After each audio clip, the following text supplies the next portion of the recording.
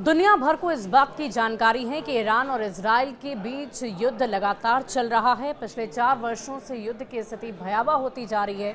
भले ही अभी शांति हो, लेकिन इसका असर गाजा में देखने को मिल रहा है।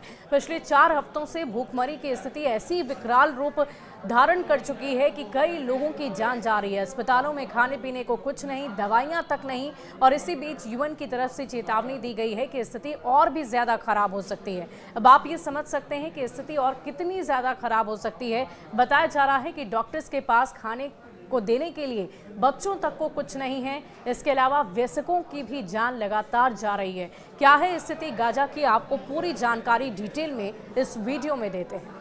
गाजा में भूखमरी ने अब विकराल रूप धारण कर लिया। इजराइल की नाकेबंदी के चलते खाने पीने की चीजें, दवाइयों की भारी कमी हो गई है।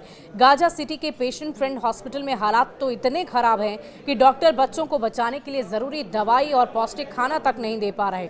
पिछले 4-5 दिनों में 5 छोटे बच्चे भूखमरी से मर गए। हालात इतनी बिगड़ गई है कि वयस्कों की भी जान नहीं बचाई जा सक रही है। बच्चे इतने कमजोर हो गए हैं कि ना रो पाते हैं, ना हिल पाते हैं। पिछले कुछ बच्चे इलाज से ठीक भी हो गए हैं, लेकिन अब हालात और भी ज्यादा बदतर हैं। यह आपदा की स्थिति है। बच्चे दुनिया के सामने भूख से मर रहे, इससे बुरा कुछ भी नहीं हो सकता। गाजा के स्वास्थ्य मंत्रालय के अनुसार पिछले 3 हफ्तों में भूखमरी से 48 लोगों की जान गई, जिनमें 20 बच्चे, 28 वयस्क शामिल हैं। यूएन ने बताया कि इस साल अब तक 21 बच्चों की भूखमरी से मौत हुई है।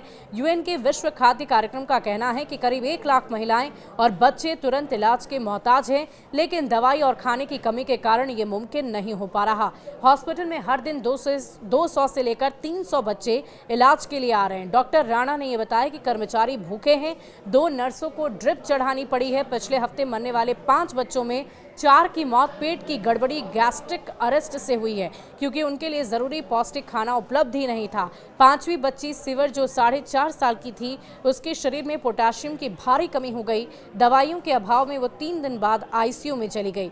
रेफ्यूजी कैंप में रहने वाले 2 साल के बच्चे की भी स्थिति काफी बदतर हो गई। उसकी मां नईमा ने बताया कि रजान का शरीर इतना कमजोर हो गया कि उसकी हड्डियां साफ साफ दिखाई दे रही थी।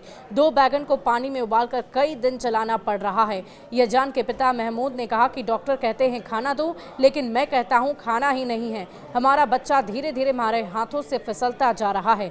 इजराइल ने मार्च से गाजा में खाना, दवाई और ईंधन की सप्लाई पूरी तरह रोक दी थी, जिसके बाद हालात काफी ज्यादा खराब हो गए। यूएन के अनुसार रोजाना 500 से 600 ट्रक चाहिए, जबकि सिर्फ 69 ट्रक ही आ रहे हैं। इजराइल का कहना है कि हमास सहायता सामग्री लुटा रहा है, लेकिन यूएन और सहायता संगठन इसे नकारते हैं। उनका कहना है कि अगर सहायता खुलकर आए तो लूटपाट रुक सकती है।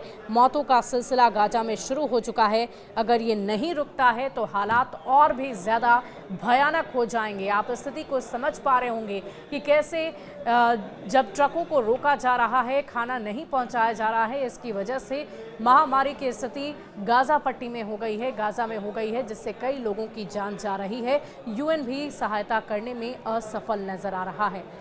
ये वीडियो आपको कैसा लगा, हमें कमेंट सेक्शन में लिखकर ज़रूर बताइएगा। गाजा की मदद के लिए क्या करना चाहिए, ये भी लिखकर ज़रूर बताइएगा। शुक्रिया।